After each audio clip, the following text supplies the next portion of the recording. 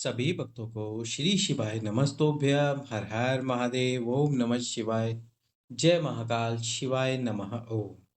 तो आज हम शिव महापुराण की कथा में द्वितीय रुद्र संहिता और द्वितीय सती खंड जिसमें हम पढ़ने वाले हैं आज 18वें नंबर का अध्याय दक्ष द्वारा सबका सत्कार एवं सती तथा शिव का विवाह। इसके पहले के अध्याय में हमने जाना था कि किस प्रकार से ब्रह्मा जी और विष्णु जी ने भगवान शंकर से प्रार्थना की और प्रार्थना करके शिव जी से कहा कि वह विवाह करे माता सती से। भगवान शंकर उन दोनों की प्रार्थना सुनकर विवाह के लिए हाँ करके सती जी के यानी कि माता सती के सम्मुख में उपस्थित हुए। अब माता सती के सम्मुख में उपस्थित होकर उन्होंने माता सती को वरदान देने की बात बोली। माता सती के सम्मुख में जब शिव आए तो वह शर्माने लग गई यानी कि लज्जा करने लग गई और अपना वर नहीं मांग सकी। एक दो बार बार बार शिव के कहने पर वर मांगो वर मांगो वर मांगो, उसके बाद भी माता सती वर नहीं मांग सकी और वर ना मांगने के कारण भगवान शंकर ने सोचा कि शायद माता सती वर ना मांग सके, तो उन्होंने स्वयं ही माता सती को बोल दिया कि तुम मेरी पत्नी बनो। माता सती बहुत प्रसन्न हो गई इस बात से और प्रसन्न होने के बाद में उन्होंने शिव जी से कहा कि आप रीति पूर्वक मेरे घर आइए, मेरे पिता दक्ष से मेरा हाथ मांगिए और उसके बाद में हमारा विवाह संपन्न होगा। भगवान शंकर स्वयं दक्ष के यहाँ पर तो नहीं गए, लेकिन उन्होंने ब्रह्मा जी और माता सरस्वती को बुलाया। ब्रह्मा जी और माता सरस्वती को बुलाकर उन्होंने दक्ष के यहाँ जाने को कहा कि आप वहाँ जाकर मेरे बिहाफ पर यानी कि मेरी जगह पर माता सती का हाथ मांगे, मेरे लिए ही माता सती का हाथ मांगे और उनसे विवाह की बात करें। ब्रह्मा जी और सरस्वती जी दक्ष के घर गए। उन्होंने भगवान शंकर की बात बताई दक्ष को और दक्ष विवाह के लिए राजी हुए। आज हम जानेंगे दक्ष ने किस प्रकार से सभी का सत्कार किया और सत्कार करने के साथ में सती और शिव भगवान शंकर माता सती का विवाह किस प्रकार से हुआ। साथ ही हम आज जानेंगे शुक्रवार का उपाय। किसी भी शुक्रवार के दिन धन प्राप्ति के लिए कीजिए ये उपाय। तो चलिए सुनते हैं और पढ़ते हैं शिव महापुराण की कथा। दक्ष द्वारा सबका सत्कार, सती तथा शिव का विवाह, द्वितीय रुद्र संहिता द्वितीय सती खंड। जिस प्रकार आप पुराने वीडियोस को लाइक, चैनल को सब्सक्राइब और वीडियो को शेयर कर रहे हो, इस वीडियो को भी उतना ही शेयर कर दीजिए ताकि सभी शिव भक्तों के पास में ये वीडियो पहुंच सके और वे अपने बिजी शेड्यूल में से थोड़ा समय निकाल कर ये वीडियो देख सकें, क्योंकि उनके पास में शिव महापुराण की कथा पढ़ने का समय नहीं होगा। हमारे द्वारा शिव महापुराण की कथा पढ़े जाने पर वे इस वीडियो को सुनकर ही अपने जीवन को आनंदित कर सकते हैं और अपने पापों से मुक्त हो सकते हैं।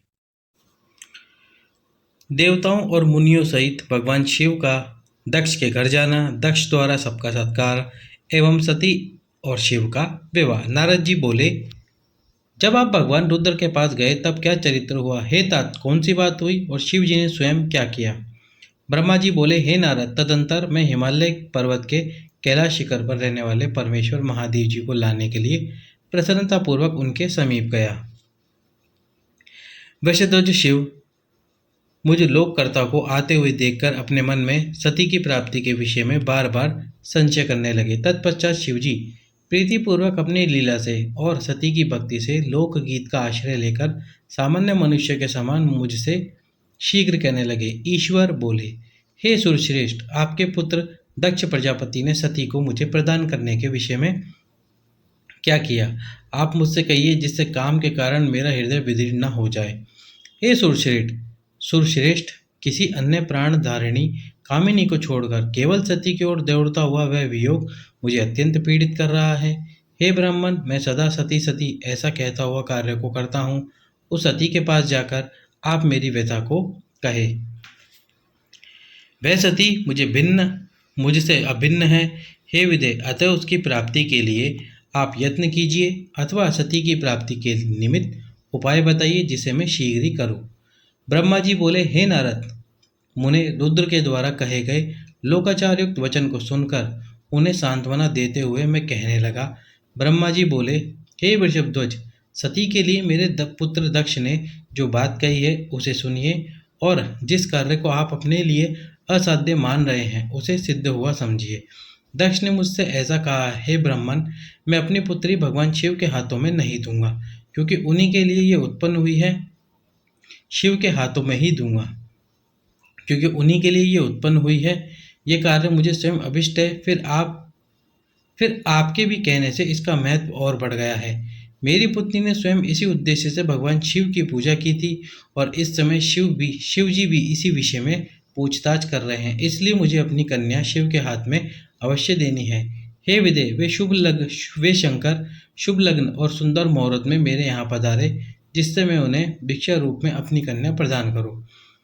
हे वृषभध्वज, दक्ष ने मुझसे ऐसी बात कही है, अतः आप शुभ मुहूर्त में उनके घर चलिए, सती को ले आइए। ब्रह्मा जी बोले, हे मुने, मेरी ये बात सुनकर भक्तवत्सल भगवान रुद्र लौकिक गति का आश्रय लेकर हंसते हुए मुझसे कहने लगे। रुद्र बोले, जगत की रचना करने वाले ब्रह्मन, मैं आपके और नारद के साथ ही दक्ष के घर चलूंगा। अतः आप नारद का स्मरण करें और अपने मरीचि आदि मानस पुत्रों भी स्मरण करें। हे विदे, मैं अपने गणों सहित उन सब के साथ दक्ष के घर जाऊंगा। ब्रह्मा जी बोले, हे नारद, लोकाचार के निर्वाह में लगे हुए भगवान शिव के इस प्रकार आज्ञा देने पर मैंने आप नारद का और मरीचि आदि पुत्रों का स्मरण किया। तब मेरे स्मरण करते ही आपके साथ मेरे सभी मानस पुत्र प्रसन्न होकर आदरपूर्वक शीघ्र ही वहां उपस्थित हो गए। भगवान रुद्र के स्मरण करने पर शिव भक्तों में श्रेष्ठ वे विष्णु भी अपने सैनिकों तथा कमला लक्ष्मी के साथ गरुड़ पर आरूढ़ हो तुरंत ही वहां आ गए। तदंतर चैत्र शुक्ल पक्ष त्रयोदशी में रविवार को फाल्गुनी नक्षत्र में उन महेश्वर ने विवाह के लिए यात्रा की।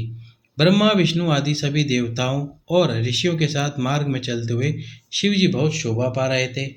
वहां जाते हुए देवताओं, मुनियों तथा आनंदमग्न मन वाले प्रमथ गणों का मार्ग में महान उत्सव हो रहा था। शिव जी की इच्छा से गज, वृषभ, व्याघ्र, सर्प, जटा और चंद्रकला ये सब उनके लिए यथा योग्य आभूषण बने गए।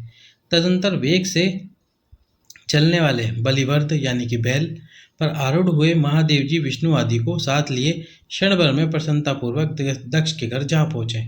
तब हर्ष के कारण रोमांचित और विनीत चित्त वाले दक्ष समस्त आदमी जनों के साथ भगवान शिव की अगवानी के लिए उनके सामने आए। दक्ष ने वहां समस्त देवताओं का सत्कार किया। वे सब लोग सुरश्रेष्ठ शिव जी को बिठाकर उनके पार्श्व भाग में स्वयं भी मुनियों के साथ यथाक्रम बैठ गए। इसके पश्चात दक्ष मुनियों सहित समस्त देवताओं तथा गणों को लेकर भगवान शिव को घर के भीतर ले गए। उस समय दक्ष ने प्रसन्नचित्त होकर उत्तम आसन देकर स्वयं ही विधि पूर्वक सर्वेश्वर शिव जी का पूजन किया। तत्पश्चात उन्होंने विष्णु का, मेरा, ब्राह्मणों का, देवताओं का और समस्त शिवगणों का भी यथोचित विधि से उत्तम भक्ति भाव के साथ पूजन किया।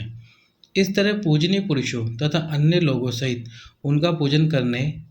उनका पूजन करके दक्ष ने मेरे मानस पुत्रों मरीचि आदि मुनियों के साथ मंत्रणा की। इसके बाद मेरे पुत्र दक्ष ने मुझ पिता को प्रणाम करके प्रसन्नतापूर्वक कहा, विभो, आप ही वैवाहिक कार्य कराएंगे। तब मैं प्रसन्न मन से बहुत अच्छा ऐसा कहकर उठ करके वह समस्त कार्य कराने लगा। तदंतर दक्ष ने ग्रहों के बल से युक्त शुभ लग्न और मुहूर्त में हर्षपूर्वक शिव जी को अपनी पुत्री सती प्रदान कर दी। उन शिव जी ने भी उस समय हर्षित होकर सुंदर शरीर वाली दक्ष पुत्री का वैवाहिक विधि से पाणी ग्रहण किया। उस समय मैंने, श्री हरि, विष्णु ने, आपने, अन्य मुनियों ने, देवताओं ने और प्रमथ गणों ने भगवान शिव को प्रणाम किया और अनेक प्रकार की स्तुतियों द्वारा उन्हें संतुष्ट किया। उस समय नाच गाने के साथ महान उत्सव हुआ और समस्त देवताओं तथा मुनिगण परम आनंदित हुए। इस प्रकार मेरे पुत्र दक्ष शिव जी को पुत्री प्रदान करके कृतार्थ हो गए। शिवा और शिव प्रसन्न हुए। तब कुछ मंगलमय हो गया। और अब हम आपको बताते हैं शुक्रवार का उपाय। तो यदि आपकी इच्छा धन प्राप्ति की है तो शुक्रवार के दिन यदि आपके घर में लड्डू गोपाल हैं या फिर कृष्ण जी की कोई भी मूर्ति या फोटो चित्र है, या यदि लड्डू गोपाल हैं तो आप उनके सम्मुख में भी ये उपाय कर सकते हो। लड्डू गोपाल को आपको एक आसन पर बिठाना है।